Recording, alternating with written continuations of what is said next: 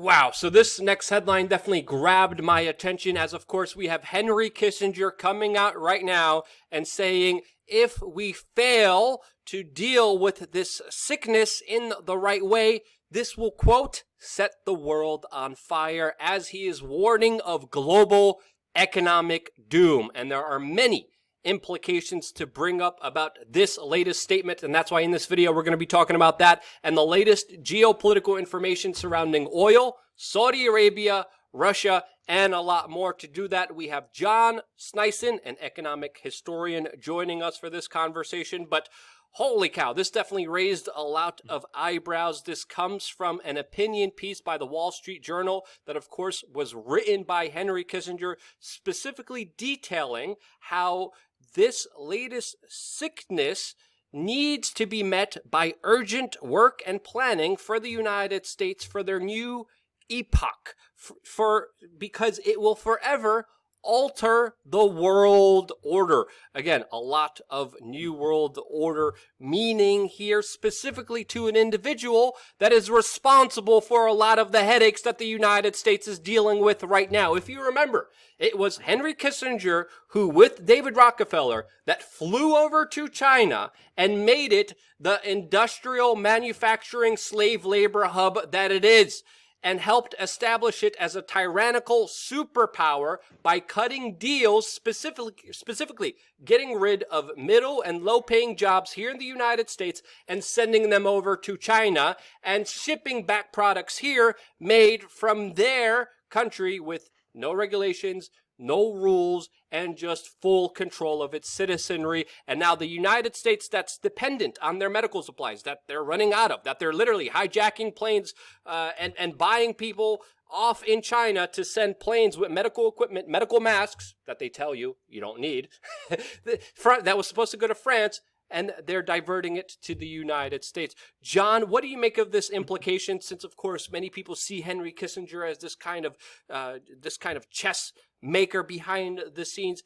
He is someone that wields a lot of power within many intelligence organizations. The National Security Advisor under Obama said that he takes daily orders from Henry Kissinger. Donald Trump says Henry Kissinger is one of his best friends, one of his best advisors that, of course, he listens to. What do you make of these latest kind of words saying that what's happening right now is threatening the world order?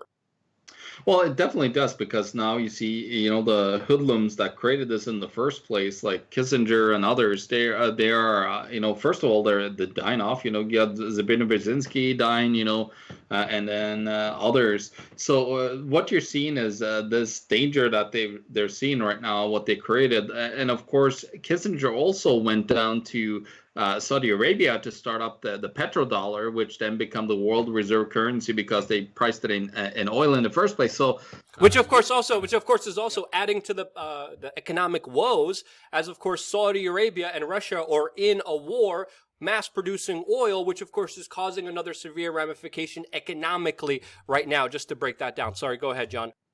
Oh yeah, and it does. And of course, there's most nations other than, of course, the Gulf states and Russia. They have to, their cost to make oil is way higher. Russia is like about 18. I think in Saudi Arabia, it's as low as $5 per barrel. But then versus, countries like Norway that has, like between $50 to $60 for a barrel in costs, and the Canada 90, and the U.S. shale oil is like $60, $70. So you can see that there's huge ramifications there. But the reason why Russia and Saudi Arabia is fighting in the first place, I think it has more of a underlying the thing here, and that is that, of course, Saudi Arabia wants to get a big piece of the pie in Europe, because in Europe, of course, Russia has the energy dominance, because Russia is running through Crimea. Remember how they annexed Crimea? It was for a reason. It's because all their pipelines, gas and oil pipelines, comes in there into Europe. And so you're seeing that. And then, of course, the Syrian war over there, the war that they want to take over Syria and destroy Bashar al-Assad, comes to actually because of that Saudi Arabia wants to build. This is just my opinion, but I've seen a lot of drawings. I looked into this for a while back, and I saw a lot of drawings, drawing lines that they wanted to build a pipeline, but they had to build it through Syria because it's landlocking basically Saudi Arabia, and they have to build it through Syria to get into Europe. So it's very interesting how, all this global political chess playing behind the scenes is happening, because we don't understand, the actual underlying fights that are going on between countries that want dominance, that want power around the world, of course.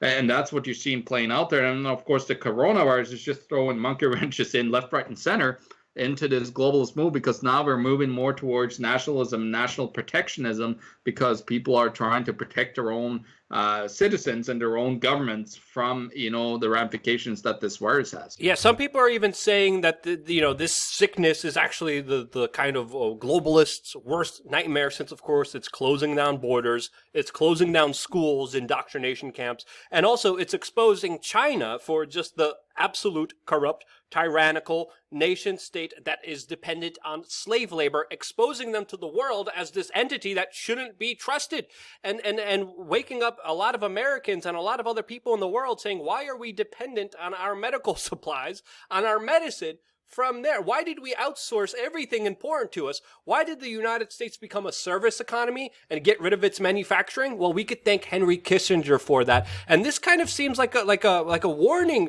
message by Henry Kissinger, kind of trying to prevent a lot of this, because what he's specifically saying is he's calling for the United States to pitch in to rebuild the global economy and protect the liberal world order. It might be true that this sickness is breaking down this liberal world order and making people more nationalistic, which of course is a big enemy against the globalists. And when we really, or individualism, sovereignty, nationalism, that's the enemy of globalism. And this is why it's important in the larger perspective to always understand, when we see China and we see the United States, yes, there's a conflict for global hegemonic power and authority to be number one between those two countries. There is a possibility of a large insidious trap unfolding here that could mean significant troubling ramifications for everyone. But underlining between all of this are banksters, globalists, and corporations that benefit off of that conflict and use both countries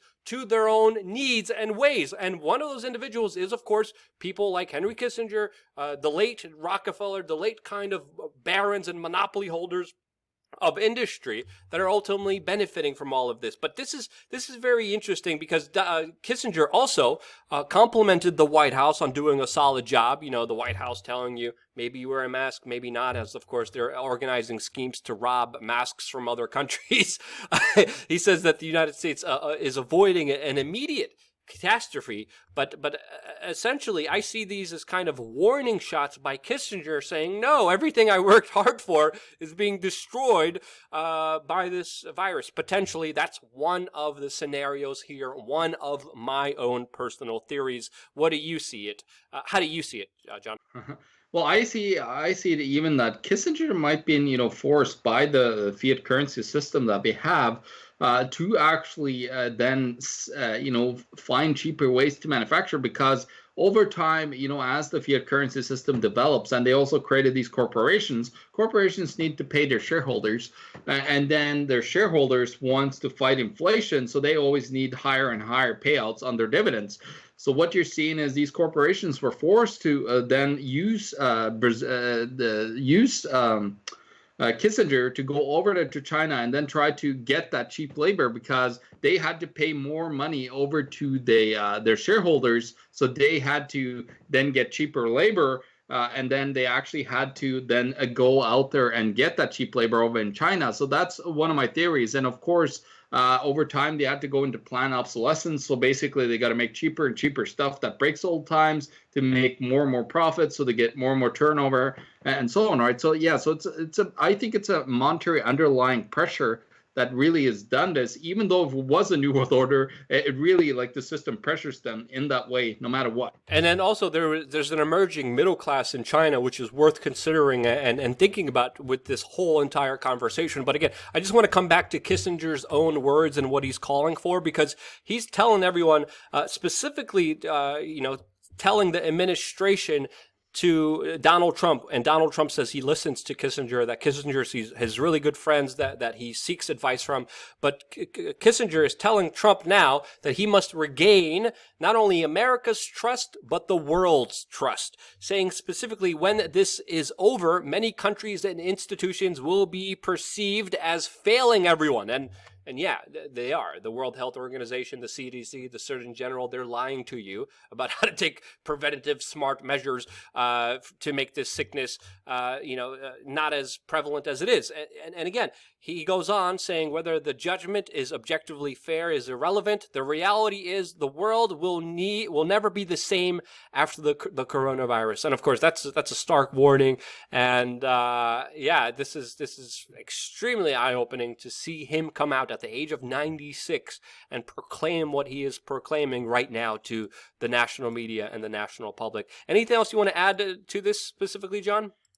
I think they're just worried that the current paradigm is going to end and they're going to have to enter a new paradigm, no matter what that is. They're just afraid that they're going to lose the power over that paradigm. And a paradigm is basically just a new idea that comes in, and you got to change it. So people are not willing to change. And of course, the global elitists are not willing to change, and they want still control. So they're going to try, my point of view, they're going to just try to go to a global government. And that's why they tried really with the World Health Organization now, pushing really hard to have them, as the main source of information. But then, of course, they are kind of falling apart because there's so much corruption over in the UN and surrounding it. So they're really struggling with this whole, place where you actually see the governments are basically telling people to be more self-reliant and take care of themselves more because they can't.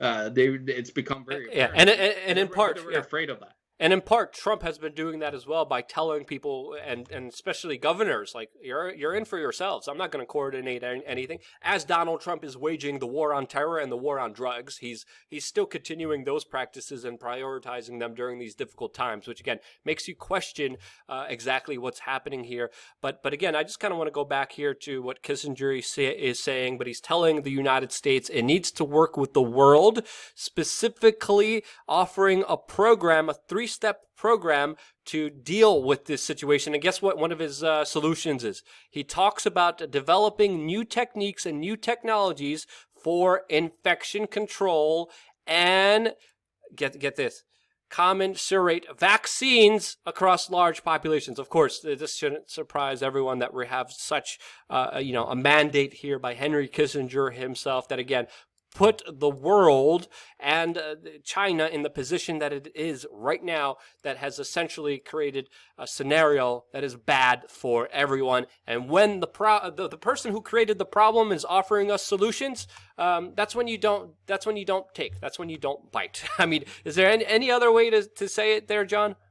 No, there's not. And think about the actual vaccine manufacturers, too. They're trapped in that same exact game with the corporations needing to pay their shareholders. They have been creating more crappier and crappier vaccines full of garbage like formaldehyde and mercury to, keep their vaccines lasting longer. So, of course, then now they're using the government, come in and say, like, well, you can give out free vaccines, but the government should buy all these vaccines. So they're just basically using the government as the enforcement mechanism to try to sell their garbage products in the first place, right? So, yeah, it just comes down to like their whole paradigm is falling apart with central banks, going really bad right now. They're on their last deathbeds here, and that is kind of the overlaying paradigm that is falling apart. People are stopping to trust, the currency in itself, and they're so desperate to keep that together because if that fails, their whole paradigm will fall apart very quickly, Luke. Yeah, he's writing here, and I quote him: "The pandemic has promoted an anarchism."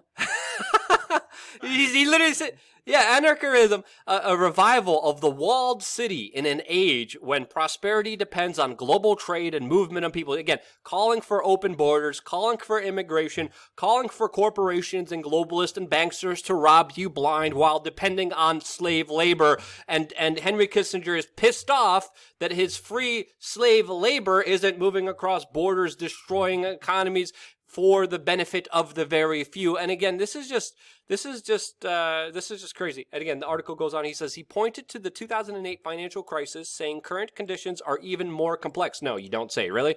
But he's saying due to the virus, global scale, school closing, restaurants shuttering, and social distancing practices, warns that, of course, this will create damages that will have far more effects because of the shutdown. But again, just clearly here, Henry Kissinger not happy that the world order that he built, that was built on immigration, slave labor, corporate banking profits, elites controlling everyone. He is sad that he is seeing that go away, but he's also calling for, again, anything Henry Kissinger says, you pretty much got to believe the opposite of, because he uses a lot of kind of general BuzzFeed kind of words out there, and we have to understand when he's talking, he usually means the opposite of that. You look at this man's record, what he did as Secretary of State, look at what he did with Richard Nixon, look at what he did at Vietnam. This man does not give a damn about human life, sovereignty, liberty, and freedom. He sees those things as the enemy, and this is why it's up to us to call it out. This is why I confronted Henry Kissinger like 5 times, I think even 6 times. You can watch all those videos if YouTube allows you to even find them anymore. But this man deserves to be called out for his horrible, treacherous, erroneous actions, and it's very fascinating to see him come out with the information that he is coming out right now in this op-ed piece, of course, calling for more security, more of a police state, more of a global network of world government, more of a global world policy, more vaccines, of course, for your safety and security. And whenever tyrants say that, you should run the opposite direction. John, thank you so much for joining me. Really appreciate you filling in for Tim Picciott. And again, hope you guys appreciated this video. If you did, let us know your comments down below. What is your reaction to these words by Henry Kissinger? We would love to have your feedback, your commentary, which I always try to answer back within the first hour that a video is out. So make sure you click this, the notification button. I think I'm even going to make this a main video because this is a topic that can't be ignored and needs a lot of context on. John, thank you much for joining me. Thank you, amazing, beautiful human beings, for allowing us to be here. We wouldn't be here if it wasn't for you. And this is why I love you guys. Thank you again so much for watching. Stay tuned for more here on wearechange.org.